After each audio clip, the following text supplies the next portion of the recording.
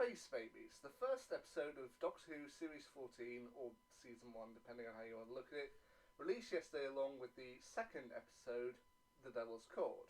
Now, I'm going to do two separate reviews of this just to avoid this video going on for too long.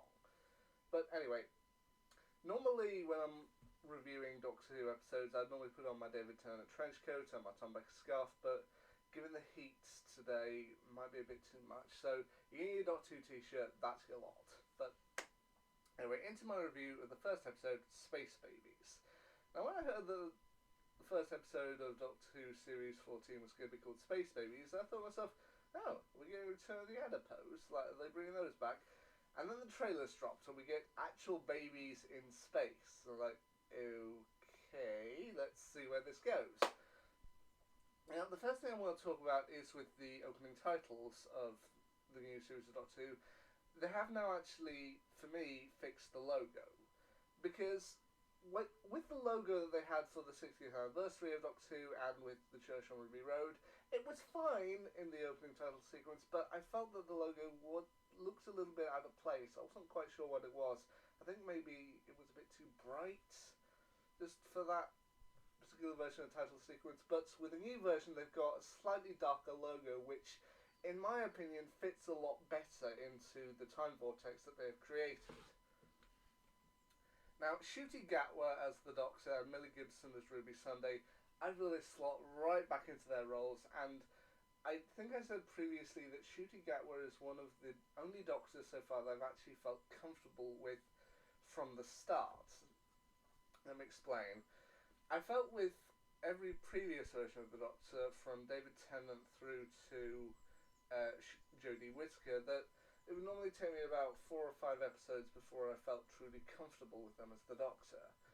But Ncuti, maybe because his kind of first scene of Doctor Who wasn't right at the end of the giggle, and that we did get essentially an extended climax with him, I feel he just slots right back in and he's just having fun with it. And that I really like.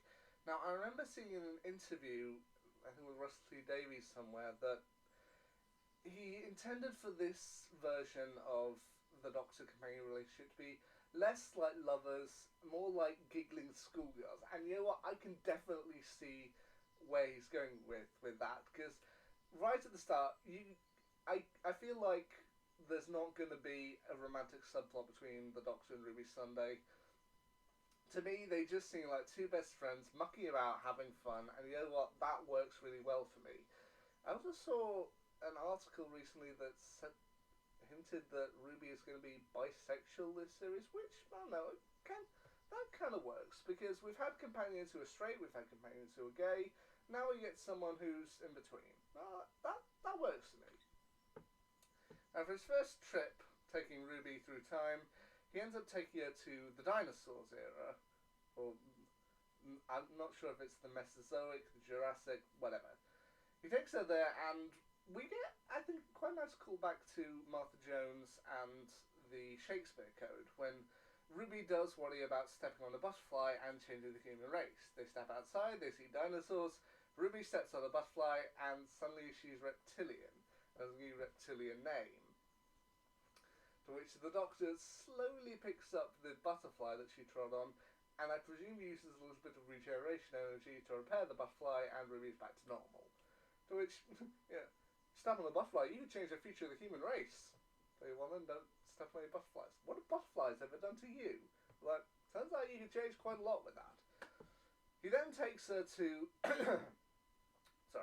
He then takes her to the future, in outer space, to a space station, where they find the space station. They find that babies are being grown in tanks, like presumably as some kind of surplus population. And they're right above a planet, and all the adults seem to have gone. And they discover then that the babies that are being grown, they're actually running the ship. It's been 6 years, and you got essential babies in prams that can talk perfectly well, perfectly fluently. However, the babies they've basically taken over running the ship. I mean, they believed at first that the Doctor and Ruby are their mummy and daddy, and they've come back to finally show them the way. and they want to show them how well they've done. To which the Doctor and Ruby say, "Oh no, no, no, no, we're not your parents," but they do congratulate the babies on how well they've done. To which I guess that's one of my main holdouts with this episode. To which,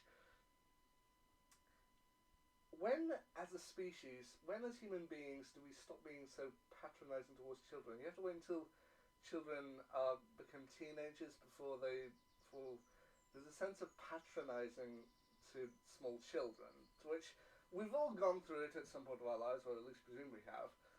But anyway, the babies are guided partially through their day-to-day running of the ship by seemingly a computer sent to watch over them called Nan-E, to which the Doctor and Ruby eventually discover that Nan-E is actually a human left behind named Jocelyn, played by Golda Rochevelle, to which I apologise if I mispronounce your name, Golda. I apologise for that. And she said that when humans left a while ago, she elected to remain behind to kind of watch over the babies. To which, when they ask her why she hasn't just simply stepped forward to take care of them, Jocelyn admits that she doesn't want to see the babies die, and she also doesn't want them to watch her die, because she knows this is a space station. She knows they've only got so much food, water, oxygen, and then eventually there will come a time when they will all perish, what they're left here. And it turns out the one thing that the babies are afraid of on the ship, that the Doctor and Ruby encounter down below in the kind of catacombs of the ship, is a creature known as the Bogeyman. To which Ruby works out that this is all playing out kind of like a children's storybook, a children's fairy tale, and that they need something to be afraid of.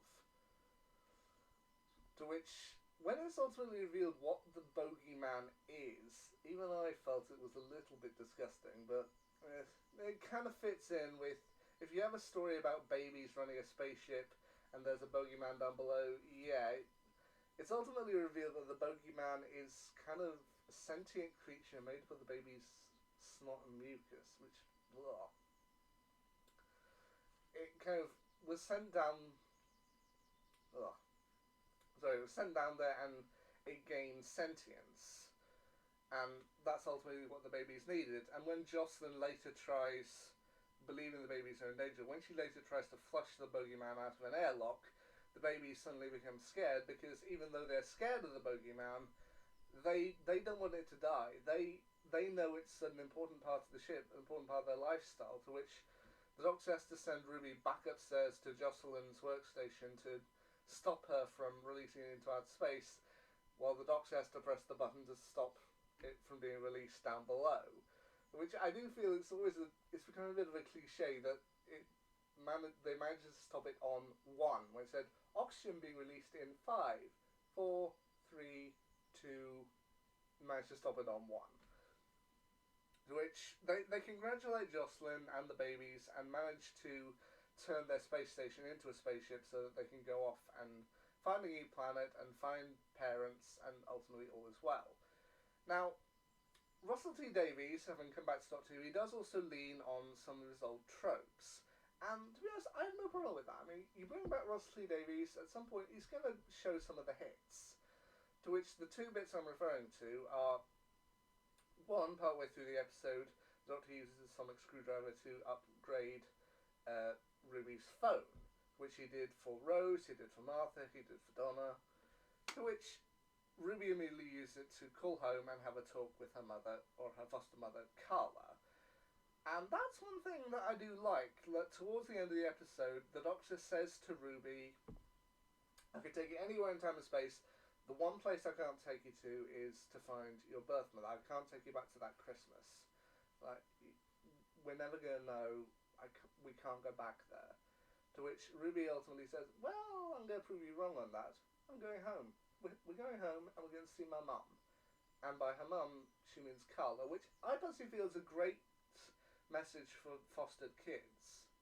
Especially that while these people didn't have to take you in, they ultimately do grow to love you, or at least in the best of circumstances. I hope they do. The other thing that Ross T. Davies did that I think is rather calling back to the hits is when they're heading back to the TARDIS at the end of the episode, he gives Ruby a TARDIS key. Like, he offers her the TARDIS key and she ultimately accepts. To which, as I said, they did that with Rose, Martha, and Donna.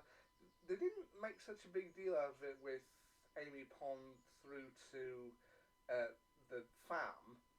To which, I don't know, I kind of miss that. So seeing her kind of accept the TARDIS key, I feel that's a nice touch. Although the one thing that sets me a bit of a mystery with Ruby is that we see in this episode and in the next episode, The Devil's Cord, which I'll come to talk to later, when she's in certain emotional situations, suddenly snow starts appearing around her. Like, I personally thought at first this was just supposed to be a memory, just like her kind of lost in the moment, thinking about that Christmas, suddenly seeing snow all around her. But no, the Doctor sees it too, and it also pops up in the next episode. Just everything leads back to that Christmas. And it's a bit of a mystery as to what's going on, which I hope we'll see later this season. So, Space Babies, ultimately I feel this was a very strong start, a really fun start. It was utterly mad for an episode, but I feel it was a good way to start off Series 14, or Season 1. And what do I think of The Devil's Cord? Well, I'm going to try and film my review of that later today. I'll let you know what I think of it. Anyway, until then,